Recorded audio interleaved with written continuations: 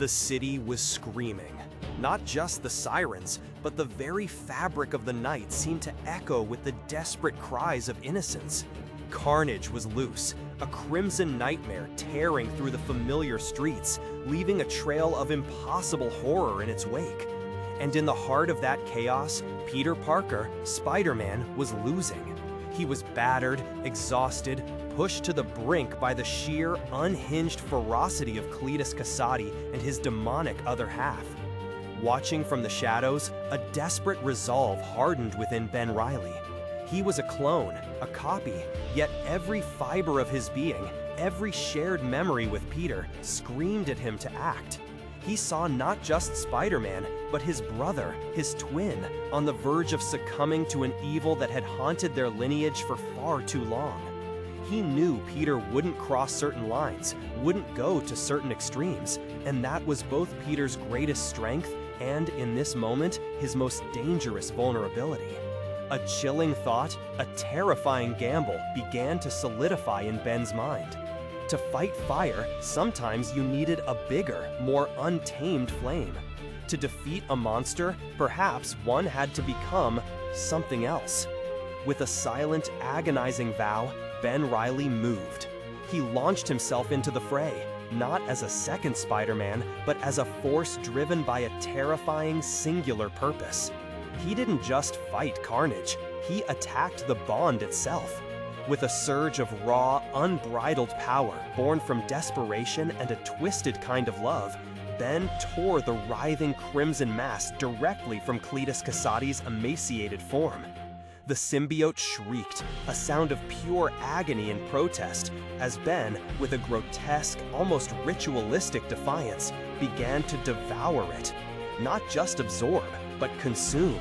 To make it part of him, to twist its essence into a weapon against itself. The transformation was immediate, agonizing, and spectacular. Ben Reilly, the Scarlet Spider, was gone. In his place stood something new, something terrifyingly powerful. The strength he gained was immeasurable, the insights into Carnage's chaotic mind profound. He became a living embodiment of the very thing he sought to control, hoping to wield it like a scalpel against the darkness. For a fleeting moment, as the primal energy surged through him, it seemed he had achieved his goal. The overwhelming evil of Kasady was neutralized. The city's screams began to fade into a horrified silence. But the victory was hollow, tainted. The act of consuming Carnage wasn't just a power-up, it was a poisoning of the soul. The symbiote, a sentient entity of pure chaos, began to twist Ben's perception, to amplify his deepest fears and most primal instincts. His mind, once so grounded in the shared memories and values with Peter, began to fray.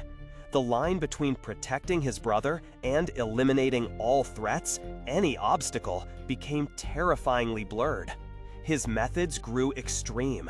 His self-sacrificing act had morphed into a desperate, uncontrollable rage.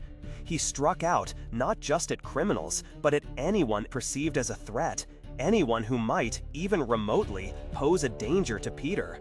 The precision of Spider-Man, the empathy of Ben Reilly were subsumed by the symbiote's raw, unthinking fury. He became a terrifying anti-hero, then something far darker, a monstrous reflection of the very evil he had promised to vanquish. He was a villain, temporarily, in the eyes of the city, and in the heartbroken gaze of Peter Parker, who now faced a familiar threat cloaked in the face of his own brother. This was the cruel irony. In his ultimate act of fraternal love, in his desperate attempt to safeguard Peter, Ben had become the very monster they had dedicated their lives to fighting. The bond between the brothers, forged in shared existence and endless battles, was now stretched to its absolute breaking point. Peter had to fight Ben, not to defeat him, but to free him from the carnage within, a battle far more agonizing than any against Kasady. The ensuing struggle was not a clash of good versus evil, but a tragic, desperate fight for a soul. Peter, understanding the impossible burden Ben had taken on, fought with a heavy heart, not with intent to harm, but with an unwavering determination to save his brother from himself. It was a testament to their unique, complicated bond, a testament to the lengths Peter would go to reclaim the Ben Reilly he knew, just as Ben had gone to such lengths to protect Peter. Eventually, through a combination of Peter's unwavering resolve and, perhaps, a faint spark of Ben's true self struggling against the tendrils of madness, the Carnage symbiote was purged. The specifics of that separation are less important than the emotional truth it unveiled, the profound, often painful depth of their connection.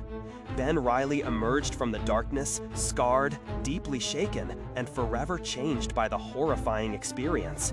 The memory of what he had done, the things he had become, would haunt him, a constant reminder of the fine line between power and corruption, between sacrifice and self-destruction.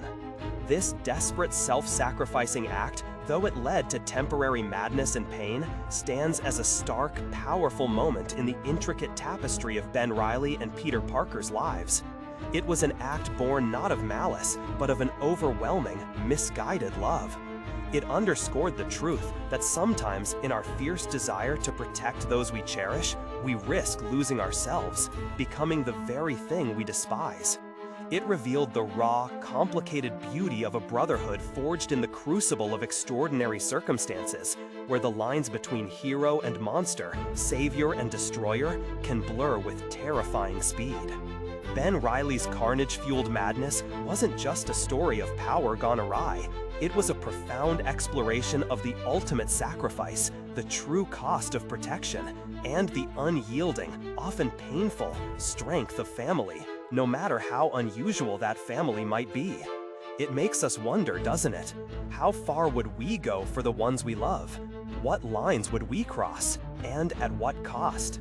We'd love to hear your thoughts on this complex moment. Share your insights in the comments below. Did you see Ben's act as noble, tragic, or perhaps a little of both? And if you found this exploration thought-provoking, please consider liking this video and subscribing for more deep dives into the intricate narratives of our favorite characters. Until next time, keep exploring the stories that make us think.